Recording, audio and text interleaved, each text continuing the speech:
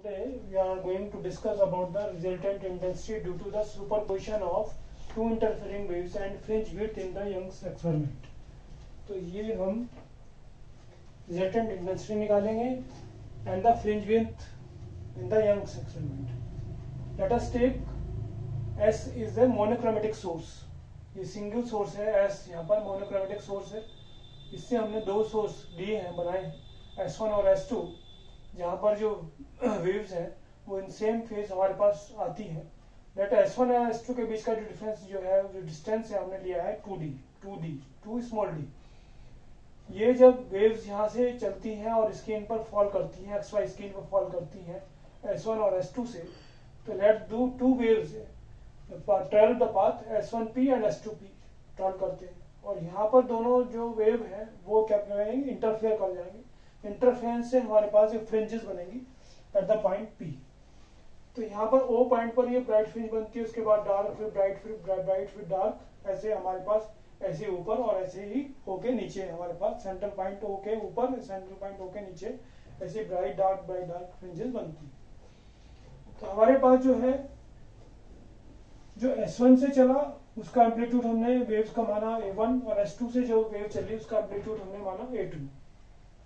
Let the distance between the slit S1 and S2 and the screen is capital D. तो delta जो है, जो phase difference है, वो हमारे पास आता है 2 pi upon lambda into path difference. क्योंकि हमारे पास अगर एक वेव है, ये वेव है, इसमें जो फेज ट्रेवल करता है वो कितना आता है 0 से 2 पाई, और ये लैम्डा क्या है, इसका वेवलेंथ है. तो लैम्डा जो है हमारे पास जो ट्रेवल करता है, यानी कि 2 पाई में ये हमारे पास लैम्डा जो ट्रेवल करती है लेंथ, वो कितने करती है, फेज चलता है 2 पाई, तो 1 में कितना चलेगा 2 पाई अपॉन लैम्डा. और डेल्टा में फेज डिफरेंस के लिए हमें निकालना दो, वो कितना होगा, फेज डिफरेंस वो delta equal to 2 pi upon lambda into path difference आ जाएगा, जितना हमारे पास है S2P माइनस S1. तो अगर इस पे हम परपेंडिकुलर ड्रॉ करें तो ये हमारे पास पाथ डिफरेंस आ जाएगा, लेट अस इज Q. तो S1Q इज द, वो S2Q is the path difference आ जाएगा हमारे पास. लेट फर्स्ट वेव का जो इक्वेशन है y1 equal to A1 sine omega t, second wave की जो इक्वेशन है वो y2 equal to A2 sine omega T plus delta. अगर इन दोनों वेव्स क्या होती है, सुपर इम्पोज होती हैं, सुपर इम्पोज करके ब्राइट और डार्क फ्रिंज बनाती हैं. तो सुपर इम्पोज करने के बाद y equal to y1 plus y2 equal to ये आ जाएगा A1 sine omega T plus A2 sine omega T plus delta. इसको ओपन करिए आप तो A2 sine omega T cos delta plus A2 cos omega T sine delta आ जाएगा. Sine omega T इसमें टर्म्स में कॉमन ले लीजिए, तो साइन ओमेगा टी ब्रैकेट में आ जाएगा A1 plus A2 cos delta plus cos omega T इसमें आ जाएगा, और A2 साइन डेल्टा. यहाँ पर हम सपोज करते हैं कि A1 plus A2 cos delta equal to R cos theta and A2 sine delta equal to R sine theta. इन दोनों को स्क्वायर करके ऐड कर दीजिए, तो हमारे पास अगर ये वैल्यूज हमने ये पुट कर दें इसमें, तो हमारे पास y equal to sine omega t R cos theta plus cos omega t R sine theta आ जाएगा. और R कॉमन ले लीजिए तो हमारे पास sine omega t cos theta plus cos omega T sine theta आ जाएगा.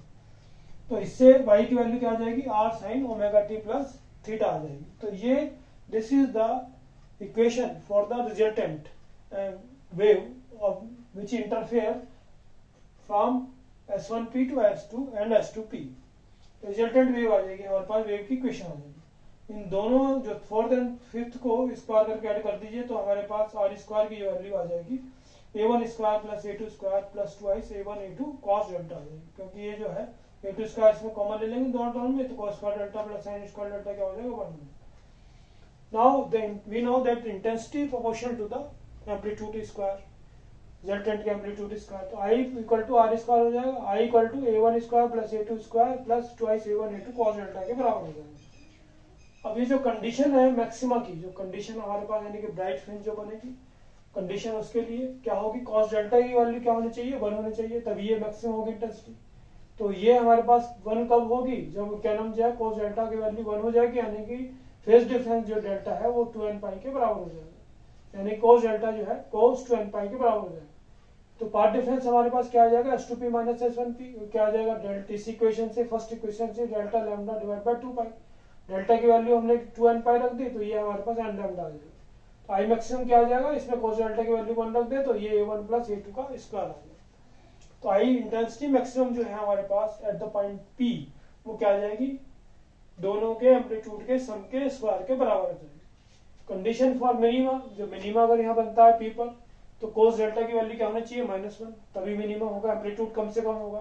तो I will be equal to a1 square plus a2 square plus twice a1 a2 into -1 हो जाएगा कोस डेल्टा की जगह। तो ये वैल्यू a1 माइनस a2 का होल स्क्वायर हो जाएगी। तो ये वाई मिनिमम जो है हम कह सकते हैं a1 माइनस a2 का स्क्वायर हो जाएगी। तो फेज डिफरेंस कितना होगा, 2n प्लस 1 पाई के बराबर हो जाएगा, क्योंकि हम जो वैल्यू है ये जो 2n प्लस 1 पाई है, अब इसमें रख दें यहाँ पर डेल्टा की जगह, तो पार्ट डिफरेंस आ जाएगा s2p माइनस s1p, वो कितना आ जाएगा 2n प्लस 1 लैम्डा बाई 2 है, जैसे हमने पहले कैलकुलेट किया। अब जो है हमें यंग्स एक्सपेरिमेंट में, सेफ एक्सपेरिमेंट में फ्रिंज विड्थ, यानी कि जो हमारे पास जो यहाँ पर जैसे ये ब्राइट बन गई, ये डार्क हो गई, फिर इसके बाद ब्राइट, फिर इसके बाद डार्क, तो ब्राइट ब्राइट के बीच में W, डार्क डार्क के बीच में ये फ्रिंज विड्थ कितनी आती है, that we have to find out.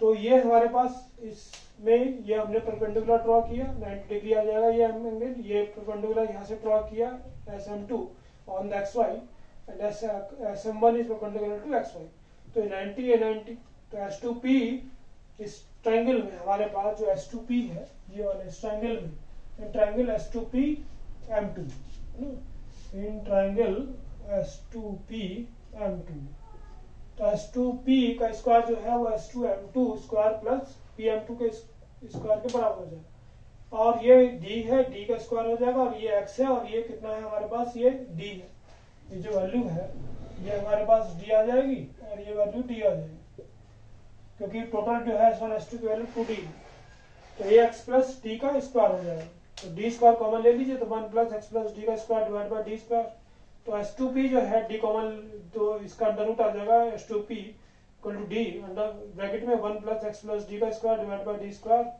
और ये 1 2, सिंस D जो है वो greater than x plus D है, तो x प्लस D का square divide by D square is very small हो जाएगा। तो ये बाइनोमियल एक्सपेंड थ्योरम से इसको एक्सपेंड कर दीजिए, तो हमारे पास जो बाइनोमियल थ्योरम है वो क्या है, 1 प्लस एक्स की power n equal to 1 plus nx, अगर x इज लेस देन 1 हो, तो 1 प्लस एक्स nx, तो यानी कि ये जो है हमारे पास 1/2 इंटू ये आ जाएगा टर्म, तो d प्लस d से मल्टीप्लाई करते हैं तो x plus D square divide by D.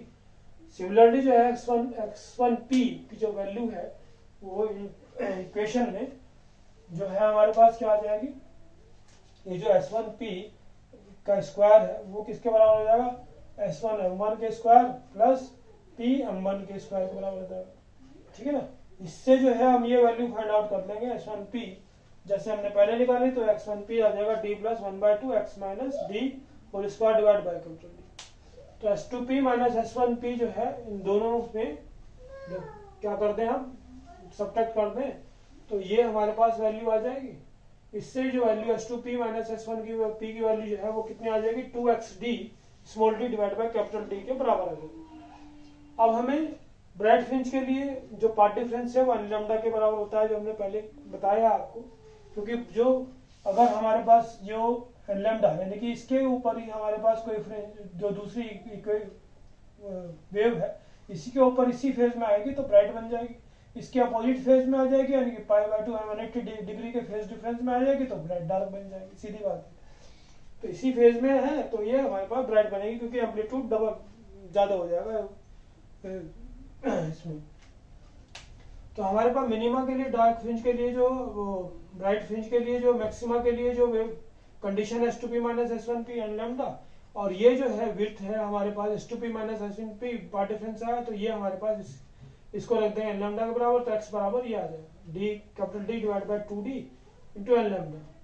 तो इसी तरह से फॉर मिनिमा के लिए जो हमने कंडीशन निकाली थी पार्ट डिफरेंस की 2n प्लस 1 लैम्डा बाई 2, वो इसमें इसके इक्वल रख देंगे, तो x की वैल्यू हमारे पास मिनिमा के लिए ये आ जाएगी x की वैल्यू। हम ब्राइट फ्रिंज का जो है x मतलब nth फ्रिंज और n प्लस 1 पर दोनों पर हमारे पास ब्राइट फ्रिंज बनती है, तो xn की वैल्यू हो जाएगी capital D divide by 2d into n lambda, और n प्लस 1 फ्रिंज के लिए जो है n प्लस 1 यानी कि दोनों जो है फ्रिंज हमारे पास ब्राइट है। अब इन दोनों का डिफरेंस अगर हम कर दें तो फ्रिंज विड्थ, जो ब्राइट फ्रिंज के बीच की विड्थ हमारे पास वो आ जाएगी, इसमें से ये आ जाएगी d upon 2d into lambda. तो xn प्लस 1 माइनस xn की वैल्यू कितनी आ जाएगी, d upon 2d into lambda. तो ये क्या है हमारे पास, फ्रिंज विड्थ है इसकी, दो ब्राइट फ्रिंज के, दो जो ब्राइट फ्रिंज बनती है उनके बीच का जो डिस्टेंस है वो हमारे पास क्या है, t capital D divide by 2d into lambda. इसी तरह से similarly we can calculate the fringe width between the two dark fringes. क्या करेंगे, इसमें xn ले लेंगे, xn की वैल्यू ले लेंगे, फिर xn प्लस 1 यानी कि n की जगह n प्लस 1 रख देंगे और दोनों को सब्ट्रैक्ट करके हम ये ही वैल्यू हमें मिल जाएगी।